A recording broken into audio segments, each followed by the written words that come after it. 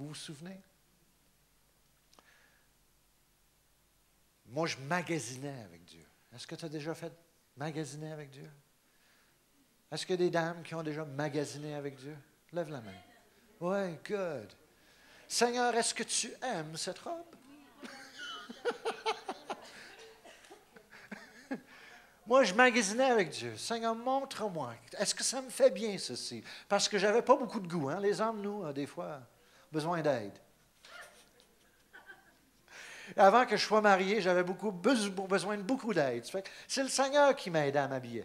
Ah oui, je lui parlais de tout. Tout partout ce que j'allais, j'étais avec lui, il était avec moi. Nous étions les meilleurs amis. J'avais ce sens qu'il me suivait, il me protégeait, il était près de moi.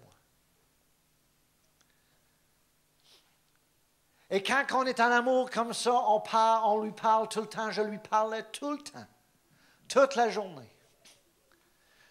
Quand une fille est en amour avec son copain, ils sont tout le temps sur le téléphone. Avez-vous remarqué? Moi, j'ai une jeune fille. À un moment donné, elle a trouvé un ami. Puis là, j'ai plus de téléphone.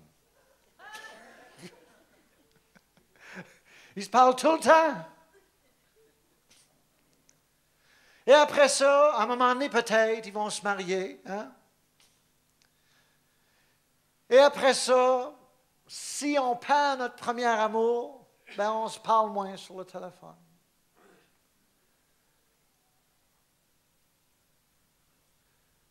Votre femme fait les œufs le matin et les rôtis sont durs. Hein? Voici tes œufs. Poum. Voici tes rôtis. Pang! Quand ça t'arrive, pose-toi des questions. C'est que le premier amour est en train de partir. Non, mais c'est vrai. Parce que quand tu es en amour, tu aimes faire les choses. Tu ne fais pas les choses par obligation. Tu aimes les faire. Oh, je vais faire les œufs comme il faut. Ils vont être moelleux. Hein? C'est d'accord? Les rôtis sont juste bien. Mous, pas trop durs, pas brûlés.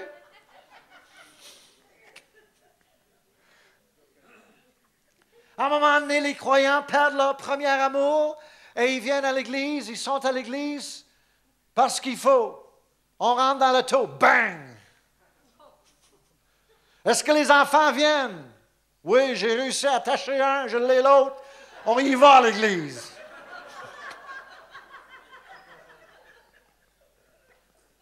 Hein, c'est vrai? On fait des choses par obligation.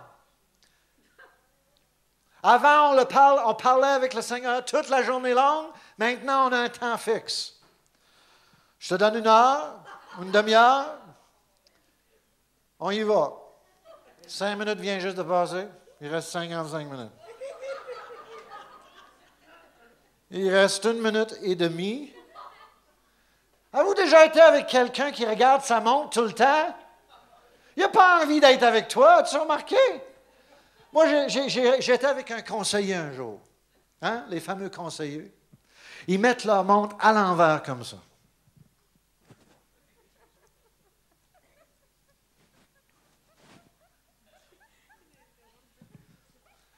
Je suis allé voir un pasteur comme ça une journée.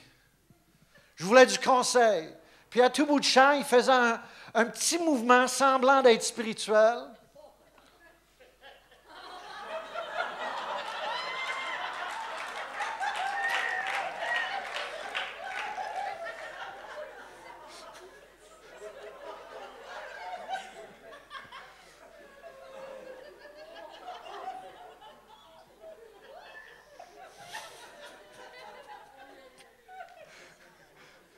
Quand il fait ça, tu sais qu'il a hâte que tu partes. Mais penses-tu que le Seigneur, lui, quand on va vers lui, puis là, on est à genoux, puis on est en train de regarder notre montre, sais-tu qu'est-ce qu'il est en train de dire? Écoute, va prendre un break, là. Tu n'as pas besoin d'être ici, relax. Savez-vous quand est-ce qu'on a perdu notre premier amour? Je vais vous le dire. Attachez vos ceintures, parce que je vais tout virer à l'envers, complètement. Pouf! Avec la parole de Dieu, tout virer.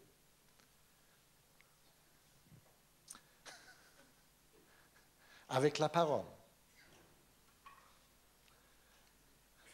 Sais-tu comment que le diable vous a fait perdre votre premier amour? Vous lui parlez toute la journée. Maintenant, on lui donne un petit temps le dimanche, un petit 15 minutes par ici. Tu es en amour par-dessus la tête, tu marches avec lui, mais maintenant, tu n'as plus l'impression qu'il est là. Tout le temps. Galates 3, verset 1. J'ai 3 versets à vous donner. Et après ça, je ne sais pas ce qui va se passer.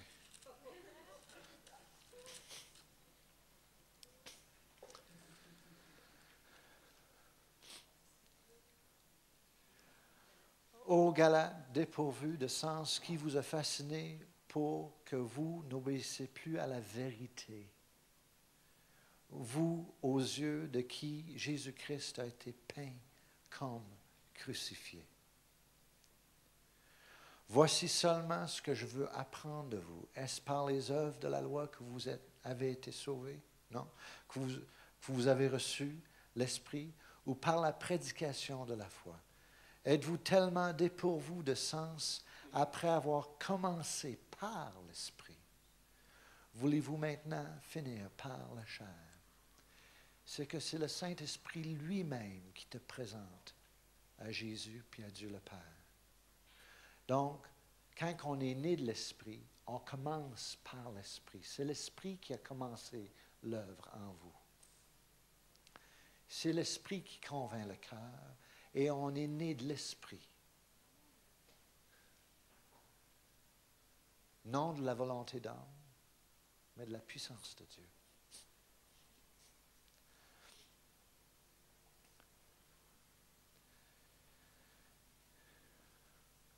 C'est un phénomène qui se passe dans beaucoup de régions, beaucoup d'églises. La plupart des mouvements du Saint-Esprit commencent par l'Esprit et finissent par les œuvres.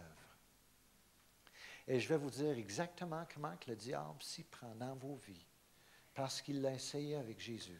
Allons ensemble. Matthieu 3.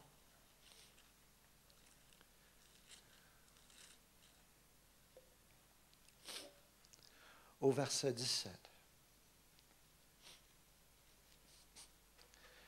Et voici une voix fit entendre des cieux ces paroles. Celui-ci est mon Fils bien-aimé, en qui j'ai mis toute mon affection. C'est le Saint-Esprit qui est survenu sur lui et qui lui a dit qu'il était le Fils bien-aimé de Dieu. Au moment de votre salut, le Saint-Esprit, comme pour moi, est venu témoigner à mon esprit que j'étais son enfant bien-aimé, en qui il avait mis toute son affection. Ah ben tu dis non, c'est impossible, il a mis toute son affection en Jésus, mais pas en toi.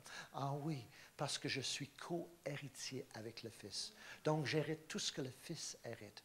Et quand le Saint-Esprit est venu sur moi, il m'a dit, voici mon Fils bien-aimé en qui j'ai mis toute mon affection. Dieu m'a montré son affection. Le Saint-Esprit m'a montré que j'étais un bien-aimé.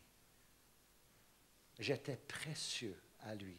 C'est certain que je ne suis pas Jésus, mais je suis Bob, bien-aimé de Jésus, bien-aimé de Dieu. Il m'aime, pas parce que je suis quelqu'un de grand, pas parce que j'ai fait quelque chose de bien, parce que Jésus a fait l'œuvre sur la croix pour moi, d'accord? Maintenant, le prochain verset, le prochain verset, c'est le prochain chapitre. Tout de suite après, c'est marqué « Alors, Jésus fut amené par l'Esprit dans le désert pour être tenté par le diable. » Donc, normalement, dans le grec, nous devrions lire ces deux versets-là ensemble. Lisons-les ensemble. Au verset 17, 3, 17, et comme une colonne, et ces paroles, et voici une voix fit entendre des cieux ces paroles. Celui-ci est mon Fils bien-aimé en qui j'ai mis toute mon affection. Alors, Jésus fut amené par l'Esprit dans le désert pour être tenté par le diable. Le même esprit qui lui avait dit, « Tu es mon Fils bien-aimé », cet même esprit l'a amené dans le désert pour être tenté. Et c'était quoi la tentation? La tentation, c'est l'épreuve de notre foi. Tout ce que tu reçois par la foi va être éprouvé. Qu'est-ce que Jésus venait de recevoir? Il venait de recevoir une confirmation du Saint-Esprit qu'il était un enfant bien-aimé de Dieu. D'accord? Et tout de suite, il était amené dans le désert pour que ce qu'il avait reçu soit éprouvé. Donc, la première tentation, c'était, si tu es le Fils de Dieu, au verset 3, ordonne que ces pierres deviennent des pains. Si tu es le Fils de Dieu, ordonne que ces pierres deviennent des pains. Donc, ce qu'il avait reçu de Dieu, c'était qu'il était le Fils bien-aimé de Dieu. La première tentation, c'était un doute qui lui avait été lancé. Si tu es vraiment le Fils de Dieu, prouve-le en changeant la pierre en pain. Vous me suivez? Êtes-vous avec moi? Si Jésus aurait changé la pierre en pain, il aurait prouvé au diable qu'il est le Fils de Dieu. Non. Il aurait fait son première œuvre. Il aurait été sauvé par une œuvre. Il aurait été le Fils de Dieu parce qu'il pouvait faire quelque chose. Hello? Hello? Ça va